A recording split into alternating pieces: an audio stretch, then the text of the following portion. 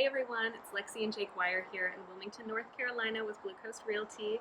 And we recently experienced Hurricane Dorian and we had a lot of you reaching out. Thank you so much for checking on us. A lot of people are concerned about the area, kind of want to know, have an inside look on what we experienced and the damage.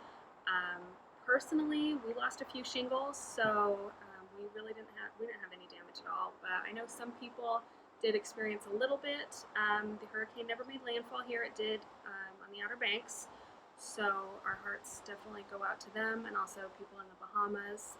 As far as this area though, we got pretty lucky and there was very minimal damage here.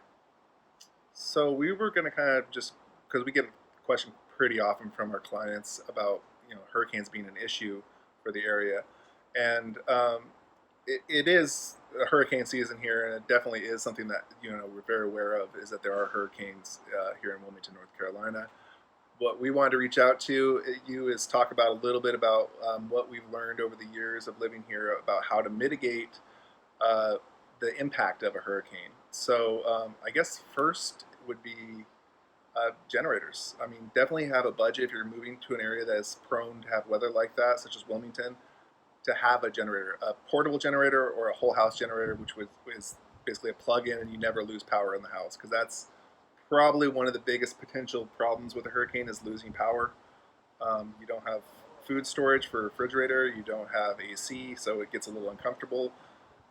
Just something to be aware of. And just to give you a little bit of a reference, I believe during Florence we lost power for 9 days, and that obviously has been the most serious storm that we've had in a very long time. And during Dorian, most people in Wilmington didn't lose power at all. So shout out to the linemen, because you're the real MVP. They work all hours of the night to keep power, so they're amazing.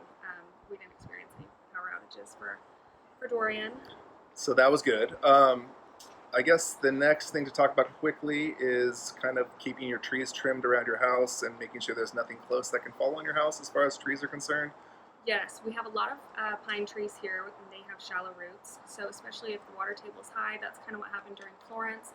The water table was already so high that it really did not take very much to have those pine trees totally uprooted. So that's kind of why it was such a serious storm. So if you're looking at buying a new home, we definitely want to take a look at the wooded area around your lot, if you have any. If it's just a small amount of tree trimming that needs to be done, we can usually work that in with our negotiations. If you need large trees removed, that can get expensive. So just know that it's about $1,000 a tree for the big ones to have them taken down. So if tree removal is not in your budget, we maybe need to just go find a different house. So, because that adds up quick. A lot of people don't realize that, and I honestly didn't know until we moved here.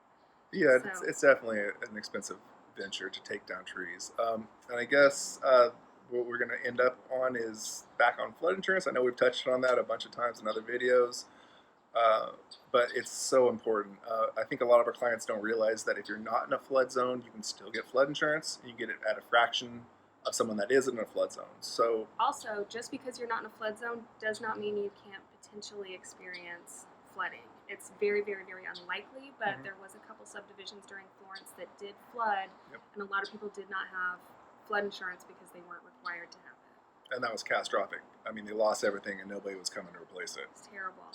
So, and the rest of it is kind of odds and ends that you'll collect we've gone through a few hurricane seasons, and coolers, batteries, flashlights, first aid kits, all that stuff. But I mean, really, if you have your main items in place, flood insurance, generator, and you make sure that your house is actually prepared as far as keeping the trees trimmed around it, you should be in pretty good shape for most hurricanes. I know there's going to be some catastrophic ones that come through, and there's freak accidents all the time, but more or less, looking at the news, looking at the Weather Channel, it looks much worse than it really is usually. And I think most places in the country, we come from California, and there's earthquakes and wildfires, and that looks real bad on the news when you watch it too. But everywhere's got their issues, so it's just finding a place where you're okay with what you have going on.